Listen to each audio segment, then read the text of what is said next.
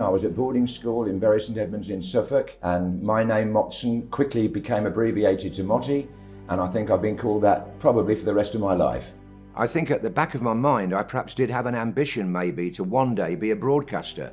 My father was a Methodist minister, so he was preaching and he had a good voice, and he also got me into football. As a young boy, he took me to lots of games and lots of different grounds, and I really developed a love of the game.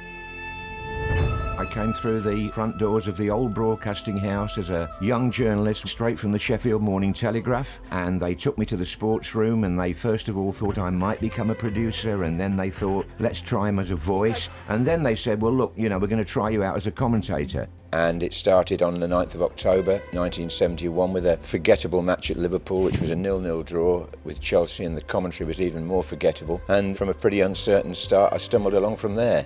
When I went from radio to television. Now that was an eye-opener, because in radio, of course, nobody can see the picture. You're describing which way they're kicking, you're giving the score every 2 minutes, all of which people can see on the television screen. So when I suddenly went to Match of the Day and they kicked off, I remember this sinking feeling in my stomach, thinking, well, what do I say now? It's on the screen. That's John Motson, who was reporting for us tonight, of course, on the Southend Liverpool match, looking there rather like an orphan in the storm.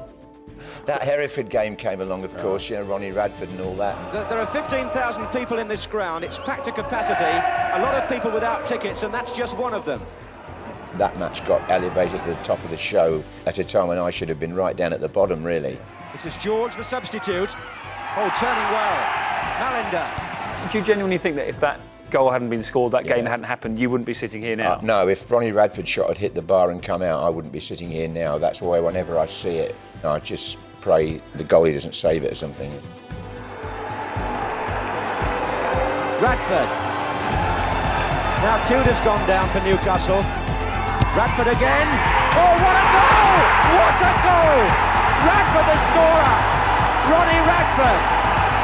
And the crowd are invading the pitch. You've got to have a decent voice, you've got to have a sense of timing, you've got to know when to talk and when not to talk, and I think you've got to try and get across essentially what the viewer can't experience at home, which is the excitement in the crowd, something that you might spot which the cameras are just about to reach that still hasn't become apparent. Villiers. And still Ricky Villiers. What a fantastic run! He scored! Amazing goal! Goal! Here's Gascoigne. Oh, brilliant! Oh, yes! Oh, yes! Becker! Yes! He's done it! It's Therese. Trezeguet is waiting in the centre. Trezeguet! France have won the European Championship! And this is extraordinary. We're going to see the penalty spot painted, are we, during the match? I think Trevor Brooking's next. Well, he is next to me. And I think...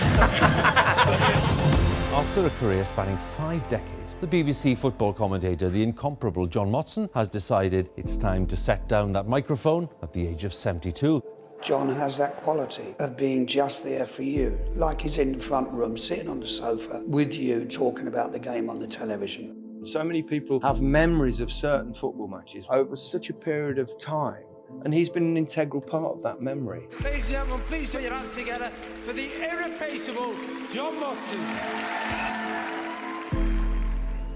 I think there's always a time to go. Lots of water's gone under the bridge in all the years I've been doing Match of the Day. I just think it might be the moment to say thank you very much and leave it to somebody else.